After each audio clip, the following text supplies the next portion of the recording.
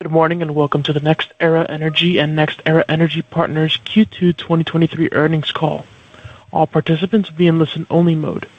Should you need assistance, please signal a conference specialist by pressing the star key followed by 0. After today's presentation, there will be an opportunity to ask questions. To ask a question, you may press star then 1 on your touch-tone phone. To withdraw from the question queue, please press star then 2. Please note this event is being recorded. I would now like to turn the conference over to Kristen Rose, Director of Investor Relations. Please go ahead. Thank you, Anthony. Good morning, everyone, and thank you for joining our second quarter 2023 combined earnings conference call for NextEra Energy and NextEra Energy Partners. With me this morning are John Ketchum, Chairman, President, and Chief Executive Officer of NextEra Energy, Kirk Cruz, Executive Vice President and Chief Financial Officer of NextEra Energy, Rebecca Kiava, President and Chief Executive Officer of NextEra Energy Resources, and Mark Hickson, Executive Vice President of NextEra Energy, all of whom are also officers of NextEra Energy Partners, as well as Armando Pimentel, President and Chief Executive Officer of Florida Power and Light Company. Kirk will provide an overview of our results, and our executive team will then be available to answer your questions. We will be making forward-looking statements during this call based on current expectations and assumptions, which are subject to risks and uncertainties. Actual results could differ materially from our forward-looking statements if any of our key assumptions are incorrect or because of other factors discussed in today's earnings news release, in the comments made during the conference call, in the risk factors section of the accompanying presentation, or in our latest reports and filings with the Securities and Exchange Commission, each of which can be found on the websites www.nexteraenergy.com and www.nexteraenergypartners.com. We do not undertake any duty to update any forward-looking statements. Today's presentation also includes references to non-GAAP financial measures. You should refer to the information contained in the slides accompanying today's presentation for definitional information and reconciliations of historical non-GAAP measures to the closest GAAP financial measure. With that, I will turn the call over to Kirk. Thanks, Kristen, and good morning. NextEra Energy continued its track record of solid execution as reflected in our second quarter results. Adjusted earnings per share grew by approximately 8.6% as we deployed capital for the benefit of FPL customers and leveraged our competitive advantages to extend Energy Resources' renewable leadership position. As the fastest growing state in the U.S., Florida has underlying population growth and an economy that continues to drive clear investment needs. For years, FPL's strategy has been simple: keep bills affordable, the grid reliable, and our customer service exceptional. With our most recent settlement agreement, FPL has a well-established capital plan with clear visibility through 2025 to deliver on this strategy. This quarter, we executed our capital plan with new solar and transmission and distribution infrastructure investments, which led to a greater than 12% increase in regulatory capital employed versus the same quarter last year. As a result, FPL's earnings per share increased by 7 cents year over year. We progressed these capital initiatives while keeping customer bills affordable. We continue to run the business efficiently, with multiple opportunities to reduce and manage costs. We deploy smart capital that reduces O&M and fuel costs. We embrace innovation and new technologies, and we identify cost savings through our various initiatives. Customers benefit from these actions, including bills that are among the lowest in Florida and well below the national average.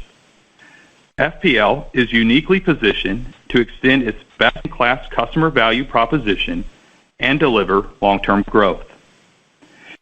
Energy Resources' more than 2-decade track record of originating, developing, constructing, and operating renewables remains as strong as ever. This quarter, on the strength of new investments, Energy Resources grew adjusted earnings by over 14% year over year. We continue to see solid renewables and storage demand. Since our first quarter call, Energy Resources placed over 1,800 megawatts into commercial operations and has added approximately 1,665 megawatts of new renewables and storage projects to our backlog, which now stands at roughly 20 gigawatts, keeping us on track to achieve our renewable development expectations through 2026. Given all of our competitive advantages, Energy Resources is uniquely positioned to continue to lead the decarbonization of the U.S. economy and be the renewables partner of choice, supporting power, commercial and industrial, and eventually hydrogen customers. We are pleased with the progress we have made at NextEra Energy so far in 2023. For over 18 months, we have operated in a challenging macroeconomic environment with various headwinds, and yet we have leveraged our competitive advantages to serve customers and deliver on our financial expectations. Through the first half of the year, both businesses have executed well, delivering adjusted EPS growth of approximately 11%. With FPL comprising more than two-thirds of NextEra Energy's business, our well-established capital plan through 2025 provides investors with long-term growth visibility. At Energy Resources, we are leveraging our competitive advantages to continue adding new renewables and storage to our backlog, providing clear visibility to our future earnings growth through 2026. Combined, we believe we are well-positioned with strong visibility to deliver on our expectations and create long-term value for shareholders. With that, let's turn to the detailed results, beginning with FPL. For the second quarter of 2023, FPL reported net income of approximately $1.152 billion, or 57 cents per share, an increase of 7 cents year over year. The principal driver of this performance was FPL's regulatory capital employed growth of approximately 12.1% year over year. We continue to expect FPL to realize roughly 9% average annual growth in regulatory capital employed over our current settlement agreement's 4-year term, which runs through 2025. FPL's capital expenditures were approximately $2.5 billion for the quarter, and we now expect FPL's full year 2023 capital investments to be between $8.5 and $9.5 billion. For the 12 months ending June 2023, FPL's reported ROE for regulatory purposes will be approximately 11.8%. During the quarter, we used approximately $78 million of reserve amortization, leaving FPL with a balance of approximately $1 billion. Our capital projects continue to progress well. As we indicated in our recent 10-year site plan, solar continues to be the lowest cost alternative for our customers. FPL placed into service roughly 225 megawatts of cost-effective solar in the quarter, bringing the total year-to-date solar additions to nearly 1,200 megawatts. Over the last 2 years, FPL has commissioned over 1,600 megawatts of new solar generation. With 2.5 years remaining under the current settlement agreement, FPL expects to add roughly 3,100 megawatts of incremental solar through 2025. FPL's solar investments allow us to serve strong customer growth while providing clean, affordable generation and avoiding volatile fuel purchases. Over the current 4-year settlement agreement, we continue to expect FPL to make capital investments of between $32 to $34 billion. Of that total, we anticipate investing approximately $10 billion in new solar generation and approximately $14 to $16 billion in transmission and distribution infrastructure. We remain confident in our total capital plan through 2025 as our cumulative capital investments of approximately $14 billion through June of 2023 are a little ahead of our original timeline. Our capital investment plan is well established, and by executing on solar deployment and transmission and distribution investments, we are enhancing what we believe is one of the best customer value propositions in the industry. I'll turn now to the Florida economy, which continues to demonstrate strong growth. Over the past year, Florida has created roughly 412,000 new private sector jobs, and its unemployment rate continues to decline, currently standing at approximately 2.6%, which is nearly 30% below the U.S. average. Florida consumer sentiment improved roughly 14% compared to the prior year and remains above the U.S. average, while mortgage delinquency rates declined by 55 basis points compared to the prior year. Florida's GDP continues to trend upward and increased over 9% versus a year ago. During the quarter, FPL had solid customer growth, with the average number of customers increasing by more than 66,000 from the comparable prior year period. FPL's second quarter retail sales increased by approximately 0.3% year over year. We estimate that weather had a slightly negative impact on usage per customer of approximately 0.3% on a year-over-year basis.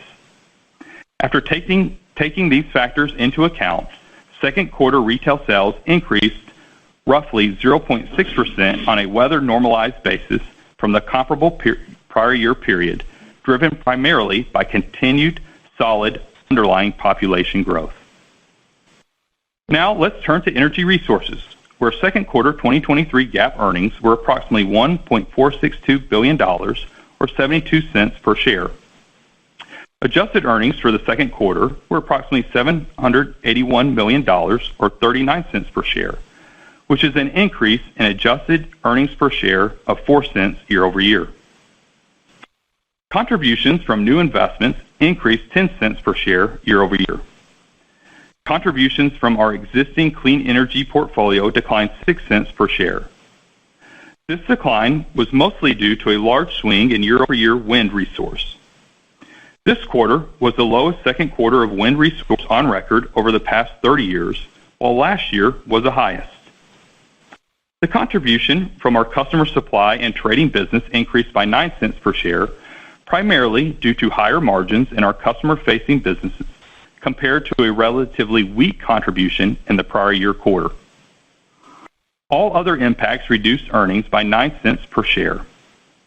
This decline reflects higher interest costs of 6 cents per share, half of which is driven by new borrowing costs to support new investments, and half of which is due to higher interest rates.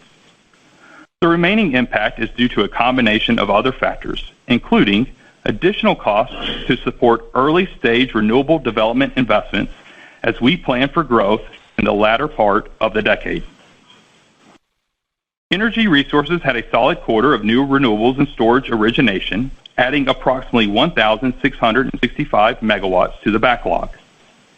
With these additions, our backlog now totals roughly 20 gigawatts after taking into account over 1,800 megawatts of new projects placed into service since our first quarter call, which keeps us on track to achieve our renewable development expectations through 2026.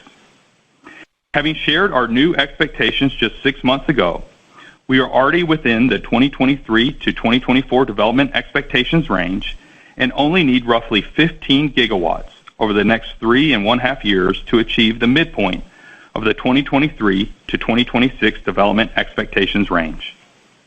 As part of our backlog additions, this quarter we signed our first contract for a standalone battery storage project co-located with an existing wind facility. This 65-megawatt storage project is expected to serve our customers' growing capacity needs in the Southwest Power Pool and be available to monetize pricing arbitrage opportunities in this renewable-rich area of the country. As we have highlighted, we believe there are many more opportunities to monetize the value of our existing 29-gigawatt operating renewables portfolio, including deploying co-located storage like we did here. We are excited to bring this facility into commercial operation. During the quarter, we continue to see solid demand for renewables and storage across power and commercial and industrial customers. After a period of underlying commodity price inflation, supply chain disruption, and trade policy risk premiums, we are finally seeing signs of stability, which will be helpful in our customer conversations. We believe renewables remain economically attractive to alternative forms of generation and have positioned ourselves to meet long-term customer demand by expanding our significant pipeline of renewable projects. Today, we have a pipeline of roughly 250 gigawatts of renewables and storage projects in various stages of development.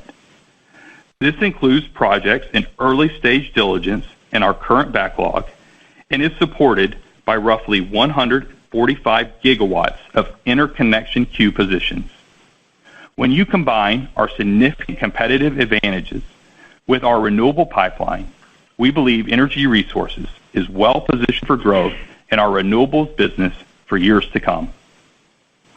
We also remain excited about the opportunity to serve hydrogen customers by leveraging our best-in-class renewables development expertise and early-stage development position. Throughout the quarter, we continue to advocate for smart hydrogen policy that we believe would help the U.S. establish a robust green hydrogen market and drive increased renewables penetration. We also progressed our pipeline of potential green hydrogen opportunities by executing an additional memorandum of understanding to explore developing green hydrogen and related facilities that would integrate into our customers' operations and serve their energy needs. Hydrogen should be thought of as simply another renewables customer class, and as all our hydrogen-related projects could potentially translate into additional new renewables, and with the appropriate regulations begin to contribute to Energy Resources growth later this decade. Turning now to our consolidated results. For the second quarter of 2023, GAAP earnings attributed to NextEra Energy were approximately $2.795 billion, or $1.38 per share. NextEra Energy recorded approximately $1.777 billion of adjusted earnings and 88 cents of adjusted EPS in the second quarter. Adjusted earnings from the corporate and other segment decreased results by 4 cents per share year over year, primarily driven by higher interest costs. We continue to proactively manage interest rates in multiple ways. First, NextEra Energy has $16 billion of various interest rate swaps to help mitigate the impact of future increases in rates. Second, FPL has features in its settlement agreement to offset higher interest rates, such as reserve amortization and the ROE adjustment mechanism, which became effective on September 1st, 2022, due to a sustained rise in the 30-year U.S. Treasury yield. Finally, our focus on continuous improvement through our annual velocity productivity initiative has yielded over $725 million in annual run rate savings ideas over the last 2 years, creating cost savings opportunities to help offset higher interest costs. As always, the current interest rate environment is taken into account in our financial expectations. Our long-term financial expectations remain unchanged, and we will be disappointed if we're not able to deliver financial results at or near the top end of our adjusted EPS expectation ranges in each year from 2023 to 2026, while at the same time maintaining our strong balance sheet and credit ratings. From 2021 to 2026, we continue to expect that our average annual growth and operating cash flow will be at or above our adjusted EPS compound annual growth rate range. And we continue to expect to grow our dividends per share at roughly 10% per year through at least 2024 off a 2022 base. As always, our expectations assume our usual caveats, including normal weather and operating conditions. Now, I'd like to turn to NextEra Energy Partners. Second quarter adjusted EBITDA and cash available for distribution were $486 million and $200 million, respectively, reflecting weaker wind resource. NextEra Energy Partners remains well positioned to deliver on its 2023 run rate expectations for adjusted EBITDA and cash available for distribution. Yesterday, NextEra Energy Partners board declared a quarterly distribution of 0.854 cents per share per common unit, or 3.42 per common unit on an annualized basis, up approximately 12% from a year earlier. Inclusive of this quarter, NextEra Energy Partners has grown its LP distribution per unit over 355% since the IPO. Since our last earnings call, NextEra Energy Partners completed its previously announced acquisition of approximately 690 megawatts of wind and solar assets. With this acquisition, NextEra Energy Partners' renewable portfolio is over 10,000 megawatts, further strengthening its position as the world's seventh largest producer of electricity from the wind and sun. The partnership is well positioned to execute on its simplification plans to become a 100% renewables-focused company. Regarding these simplification plans, in May, we launched the sales process for the Texas natural gas pipeline portfolio and are pleased with our progress as we remain on track to sell the assets by later this year. NextEra Energy Partners expects to use the proceeds from the planned Texas pipeline portfolio sale together with the NEE natural gas pipeline sale in 2025 to eliminate the equity buyouts on the three near-term convertible equity portfolio financings: STX Midstream, NEP Renewables 2, and 2019 NEP Pipelines. Upon successful execution of the Texas pipeline portfolio sale, the partnership does not expect to require equity through 2024 other than opportunistic equity issuances under our at-the-market equity program to fund future growth beyond 2024. Now to the detailed results. NextEra Energy Partners delivered second quarter adjusted EBITDA and cash available for distribution of $486 million and $200 million respectively, reflecting the adverse impacts of weaker wind resource. The adjusted EBITDA and cash available for distribution contribution from existing projects declined by approximately $99 million and $49 million respectively, primarily driven by a large swing in year-over-year wind resource. This quarter was the lowest second quarter of wind resource on record over the past 30 years, while last year was the highest. New projects contributed approximately $49 million of adjusted EBITDA and $5 million of cash available for distribution. Second quarter results for adjusted EBITDA and cash available for distribution were positively impacted by the incentive distribution rights fee suspension and provided approximately $38 million of benefit this quarter, partially offsetting the impact of poor wind resource performance. As we previously shared, we expect strong double-digit growth in the second half of the year in adjusted EBITDA and cash available for distribution to support NextEra Energy Partners' LP distribution per unit growth expectations range for the full year 2023. Additional details are shown on the accompanying slide. From a base of our fourth quarter 2022 distribution per common unit at an annualized rate of $3.25, we continue to see 12 to 15% growth per year in LP distributions per unit as being a reasonable range of expectations through at least 2026. However, as we've previously shared with you, we expect to grow at or near the bottom end of that range. For 2023, we expect the annualized rate of the fourth quarter 2023 distribution that is payable in February of 2024 to be in a range of $3.64 to $3.74 per common unit. NextEra Energy Partners continues to expect run rate contributions for adjusted EBITDA and cash available for distribution from its forecasted portfolio at December 31st, 2023 to be in the ranges of $2.2 to $2.42 billion and $770 to $860 million respectively. As a reminder, year-end 2023 run rate projections reflect calendar year 2024 contributions from the forecasted portfolio at year-end 2023. As always, our expectations are subject to our usual caveats, including normal weather and operating conditions. In summary, we believe that NextEra Energy and NextEra Energy Partners are well positioned to continue delivering long-term value for shareholders and unit holders. At NextEra Energy, the plan is simple. Our two businesses are deploying capital in renewables and transmission for the benefit of customers, providing visible growth opportunities for shareholders. At FPL, we're executing on our well-established capital investment plan, which allows us to extend our customer value proposition. Florida's strong population growth drives smart capital investment, and running the business efficiently allows us to manage costs for the benefit of both customers and shareholders. FPL comprises more than two-thirds of NextEra Energy's business and provides a significant amount of visibility into capital deployment and earnings growth.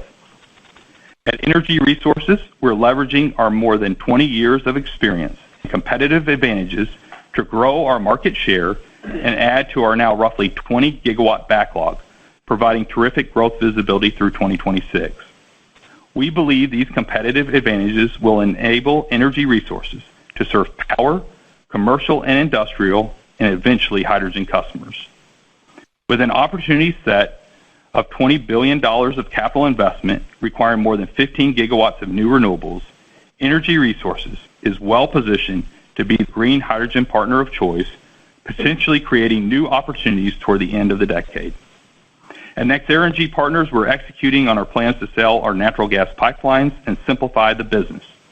We continue to add to our renewables and storage portfolio, which now stands at over 10,000 megawatts.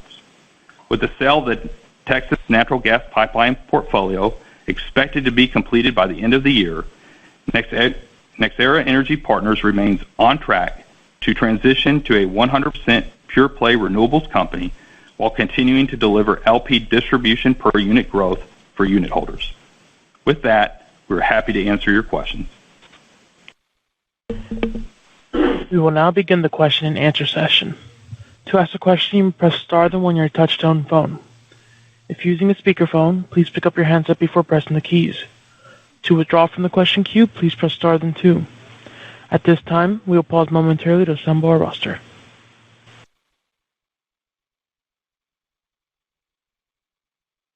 Our first question will come from Steve Fleishman with Wolfe Res. You may now go ahead. Yeah. Hey, good morning. Thanks. Hope you're all well. So first, just on the quarter, the customer supply trading business continues to do well, and you mentioned higher margins. I think Constellation's been talking about that too. Could you just talk more about what you think is driving that in the supply business? Yeah, sure, Steve. This is John Ketchum, and good morning to you as well. In the customer supply and trading business, we've just seen a lot less competition, number one. And number two, remember most of the business activity that we do in that group is customer-facing business. Our full requirements business, for example, where we're working with municipalities and cooperatives to help provide their power needs and arrange the capacity and ancillaries and other regulatory requirements they need to manage their business, particularly up in the Northeast. That business is, because it's had a lot less competition, has benefited from significant margins. And please, one of the points I want to make is, these arrangements that we enter into in the full requirements business are, typically 2 or 3 years, and we're immediately going out back-to-back hedging those positions. So feel great about the risk profile, and again, terrific margins that really match up well with our skill sets, our competitive advantages, and our core operations. So that's really the main driver. And I also want to remind folks that when you think about our customer and supply business, we run it at a very, very low VAR. For example, the last quarter we ran that business, roughly, at a 2% VAR. So it's very, very small business, risk exposure overall, for PMI. Okay. Next question, just on Steve, one other point I want to make too on the customer supply business is that business historically, you can go back 10 years, and the customer supply and trading business, including this year, has never contributed more than 10% of NextEra Energy's net income, and I think that's important to keep in mind as well. We have a lot of complementary businesses. Obviously, FPL has done well. We have other complementary businesses that Energy Resources on top of our renewable business. But that business has always stayed under 10%, and that's one of the commitments that we make to the rating agencies. And that's true this year as well. Okay, great. Maybe just the latest you're hearing on the green hydrogen rules from Treasury, both kind of timing and any color of where they are on some of the key, issues like matching and additionality? Thanks. Yeah, we have been very vocal around the hydrogen regulations that need to come together, and there's been a debate for those that aren't familiar with it between whether we have hourly matching or annual matching. And for us, it's very simple. As part of a hydrogen project, you buy an expensive asset called an electrolyzer, which everyone is familiar with. And if you have hourly matching, the net capacity factor, the number of hours a day that you use that electrolyzer, are probably less than half the day in most parts of the country. If you have an annual construct, we're able to use that electrolyzer around the clock. And so it's really easy math. I mean, when you have an expensive capital asset and you can use it around the clock, the price of green hydrogen is going to be a lot lower than if you can only use it less than half the time. And so the industry has come forward with a very constructive proposal, which would have the hourly matching construct not kick in until 2028. You'd have annual until that time period, and we also have supported the fact that you have to have additionality if you're going to go qualify for annual. So if you're qualifying for annual and the hours that the wind is not blowing or the sun is not shining to power the electrolyzer behind the meter, and you are buying off the grid, well, you're buying from an additional renewable asset that has been constructed and developed to provide electrons to that newly built hydrogen facility. So from an NGO perspective, you're getting additional decarbonization benefits on the grid. So we think we've been very constructive in what we have come forward with. We think it's really important because we want to send the right price signal to OEMs to ramp up production on electrolyzers, because electrolyzers being produced at scale is going to be critically important to declines in green hydrogen prices over time. And so that's where we are in terms of your question around timing. We expect Treasury to probably come out with regulations now. We're hoping for August, but it's starting to sound more like September or October. But again, we have built a significant hydrogen pipeline. Parts of it, work under either construct, and that pipeline is well over $20 billion, and we have the land team out, and we've had them out, very aggressively lining up land positions for our hydrogen portfolio. That, the nice thing about that, and Kirk said it in the remarks, that pipeline is now about 250 gigawatts when you include early due diligence sites. Nobody in our industry has a pipeline like that. Nobody. And what's terrific about it is it can be used for dual purpose, because hydrogen customers are just a third customer class to sell renewables to. So if the site doesn't work for hydrogen, it will work for our power or C&I customers. So I feel like we're really well positioned, and hydrogen is one of those things that can really provide a nice boom to the development expectations that we've already laid out for you. So we're eager to see what the final regulations say. But I also want to remind folks that hydrogen has a long development cycle, so the contribution that we'll see from hydrogen investments you would expect over the latter part of the decade. Okay. Last question, just on the Texas sale. So I think you said you still expect to get it done by year end. When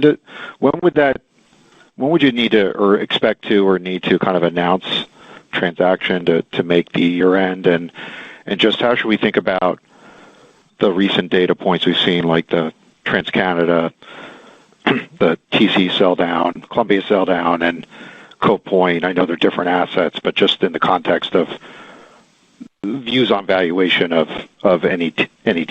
Thank you. Yeah, thank you, Steve. So let me take those in order. So in terms of timing, we would hope to be in a position, into the third quarter, early fourth quarter, in order to support that end of the year sales timeline that we have earmarked. In terms of valuation, we view these assets as unique. Again, as a reminder, the Texas pipelines provide 25% of the natural gas supply to Mexico, through contracts with Pemex, and the other pipeline assets that support the Texas pipeline are fully integrated with that pipe, and they provide gas to Mexico through Agua Dulce, which is a very liquid trading point. And if you look around that area, these are very, very strategic for a number of players. So, again, as you all know, it's hard to compare one pipe comp to another.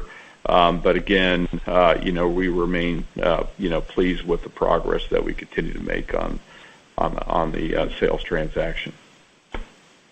Okay, great. Thank you. Thank you, Steve. Oh, and Steve, I think I said 2% on the VAR. I meant $2 million on the VAR for PMI, just to correct that. Thank you. Our next question will come from Shar Peruza with Guggenheim Partners. You may now go ahead. Hey, good morning, guys. Morning, Shar. Good morning. Let me just, as we kind of look at, the latest renewable portfolio transactions, the valuations have come in fairly noticeably. Do you guys see any opportunities to kind of leverage NER's platform and either picking up the existing assets or developer books, especially sort of given, what seems to still be a tight financing and supply chain position for some of your competitors while you're seeing improvements with yours, right? Yeah, we are. I mean, first of all, let me just comment on the valuations that you see. I mean, I think that look, I'm not going to be critical of some of the assets that have come to sale, but if you read through the lines and into the details of the structures of those transactions, those are not what I would characterize as high quality renewable assets. When you look back at what we have developed over the last 20 years and what we continue to develop are very high quality renewable assets. Most of them are bus bar. They're with high credit counterparty off-takers. They're well situated in areas that benefit from our data analytics around transmission congestion, wind resource, solar resource.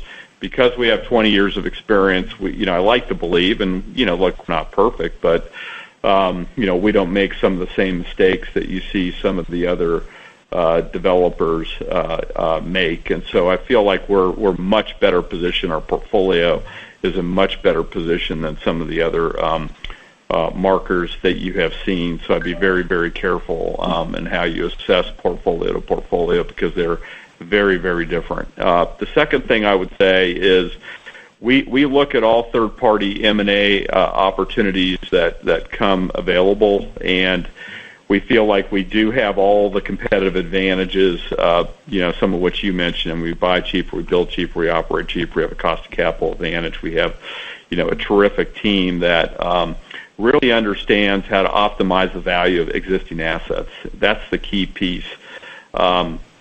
Repowering assets is something we've always had a very strong track record at. It's something that the rest of the industry has struggled with, and that gives us a real leg up in terms of being able to see value that others don't. And then, as Kirk mentioned on the call today, we have a benefit, and an organic asset that nobody else has, which is the largest fleet in North America that we operate.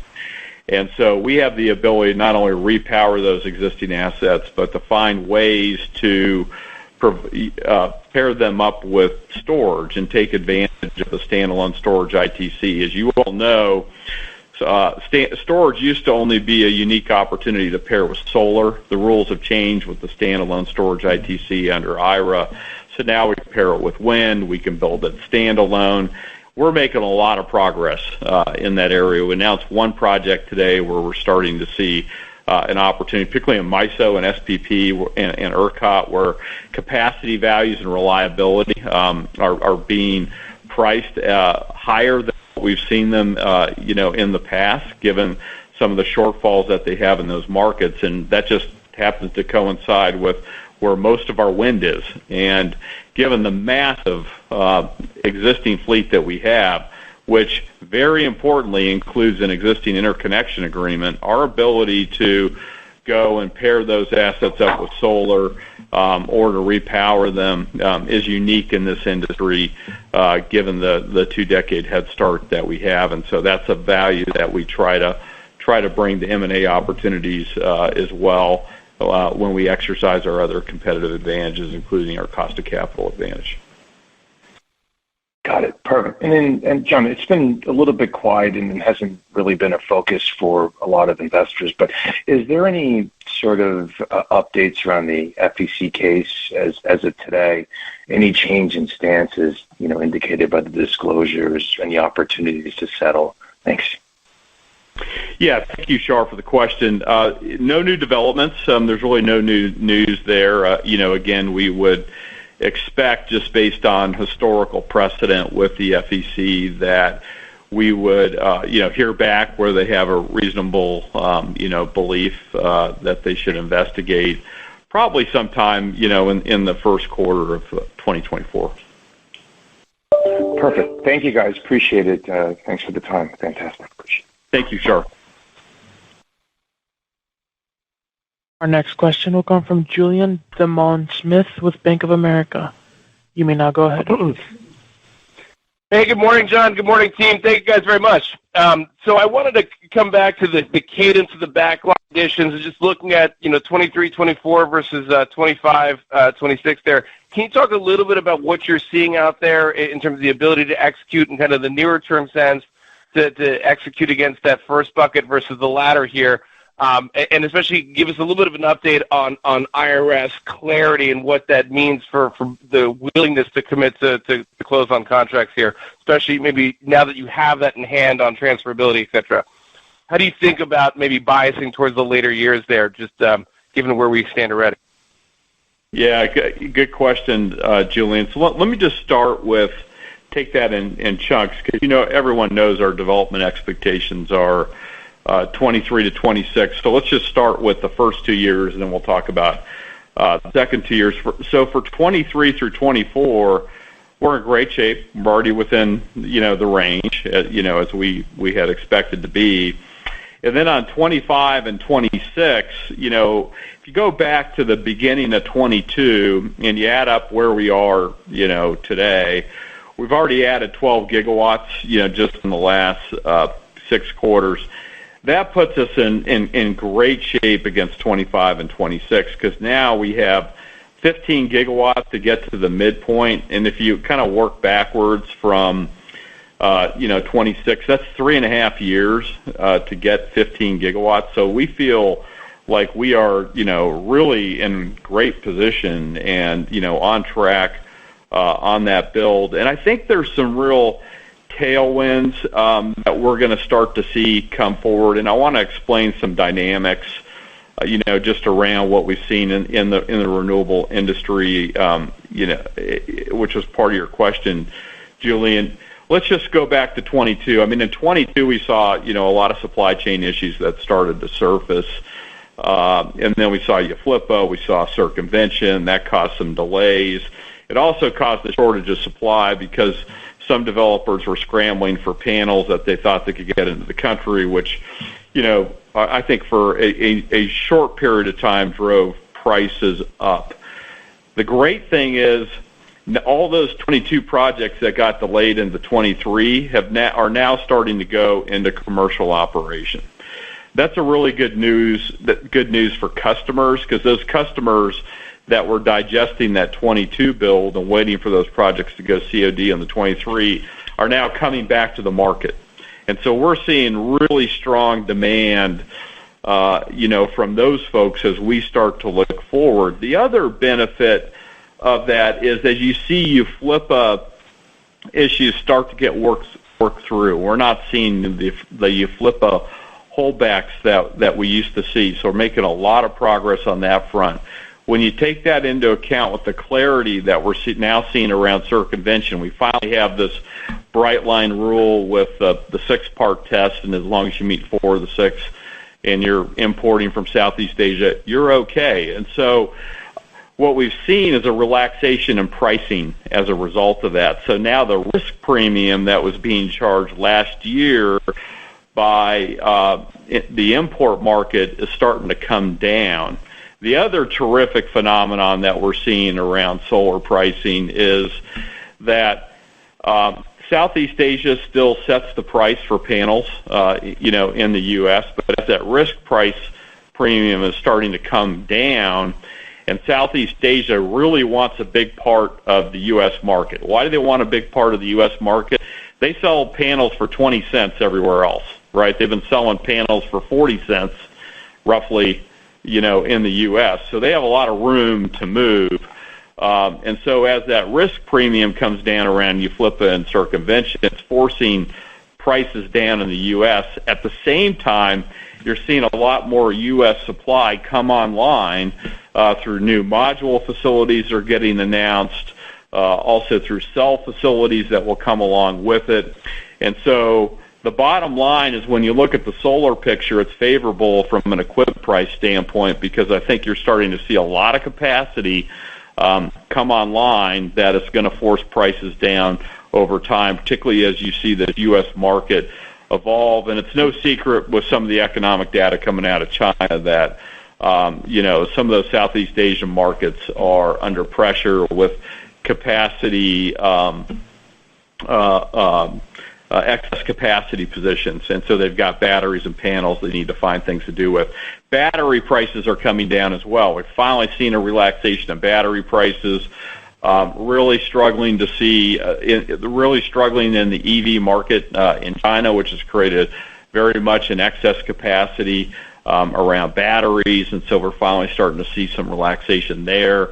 I think there's been more of a movement around traditional lithium-ion and some of the rare mineral exposure you see there, sodium and other battery forms, and so very encouraged about the landscape there. And then on the wind OEM side, the wind folks are really one of the only ones that can reap the full benefit, of domestic content and the full manufacturer incentive. So feel really good about, where wind sits as well. So I think as you start to look forward and we started to move through these supply chain issues we saw in 22 with these projects coming online in 23, combined with excess capacity globally around the supply chain, feel great there. And let me talk about transferability for a second. There's been a lot of discussion, and I've heard a lot of questions about folks saying, well, how's transferability, going to be accounted for, and is it going to be, part of the FFO and in the FFO to debt metric? We feel very good, and we've told investors for a long time that we feel very good that it's in accordance with GAAP. It flows through the tax line for tax credits that get transferred to be included. And so we feel good about where that is heading, and that we'll end up with in a good place there on that FFO to debt question that has surfaced around transferability. So when you put all those pieces together, as we've worked through some of these headwinds that we've had, feel very good about where things are heading. And let's just face it, we're just getting started. Renewables are here to stay. They're not going anywhere. And so while we might the development process isn't always going to be a straight line, we're in terrific shape and feel, very optimistic about the future. Right. Thank you. And actually, John, to that point, though, a lot of the dynamics you just talked about are very real time, if you will, versus, kind of trailing into the quarter itself. How do you feel about just that contracting acceleration here in the back half? I mean, a lot of the points you made would really argue that you could see an uptick versus kind of something that was more on trend in the last quarter.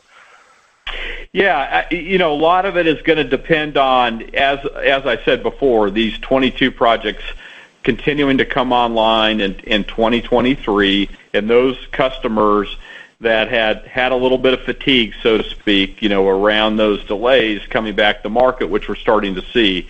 And so that'll be the wild card. But we feel good about how the rest of the year continues to shape up. Got it. We'll stay tuned on that front. All right, excellent. Thank you, sir. And Julian, one other thing to add to that is hydrogen. We get the right rules there, and again, I can't stress it enough. I mean, we've always only had two customer classes for renewables. It's been power sector, it's been the C&I sector. Now, with the right rules, we have the potential to add a third customer class, which is build renewables for hydrogen customers, and that's exciting as well. Yep. Yeah. So stay tuned maybe a quarter or two after you get those rules to really see that flow through in that third customer class. Yeah, I think that's right. And then, remember, those projects have longer lead time development cycles. So in terms of the contribution that investors should expect, it's going to come in the latter part of the decade. Excellent. Thank you.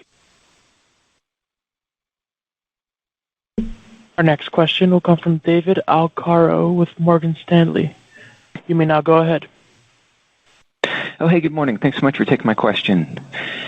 Maybe shifting a little bit to NEP. I was wondering, I know you don't, in terms of the financing outlook, you don't need equity for some time here, but I was wondering if you could just give any latest thoughts on alternative financing approaches to hit longer-term growth projections at NEP.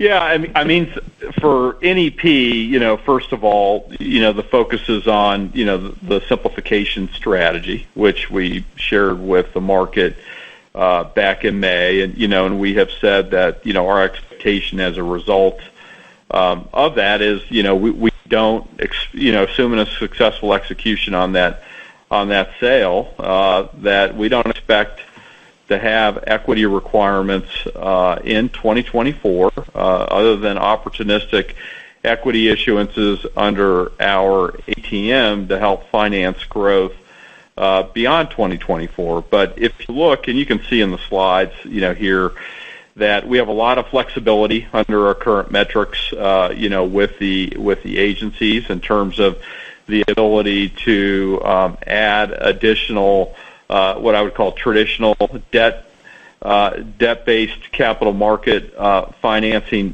mechanisms to accommodate the growth going forward. And we are very busy, looking at the back end, 3 SEPAs that we have and some ideas around, how we are going to address those as well. Because when we move on from the simplification transaction, that's going to be the next point of focus. We're not, but we're not waiting. We're continuing to look at that. And look, there continues to be a strong bid for, an interest in renewable assets long term, particularly when you think about the opportunity to do that with the world's leader in renewable development, with the competitive advantages that we have, the 20 gigawatt backlog, the growth visibility that NEP has going forward, all very promising. And so, we continue to engage in those discussions as well as we think about the future. Got it.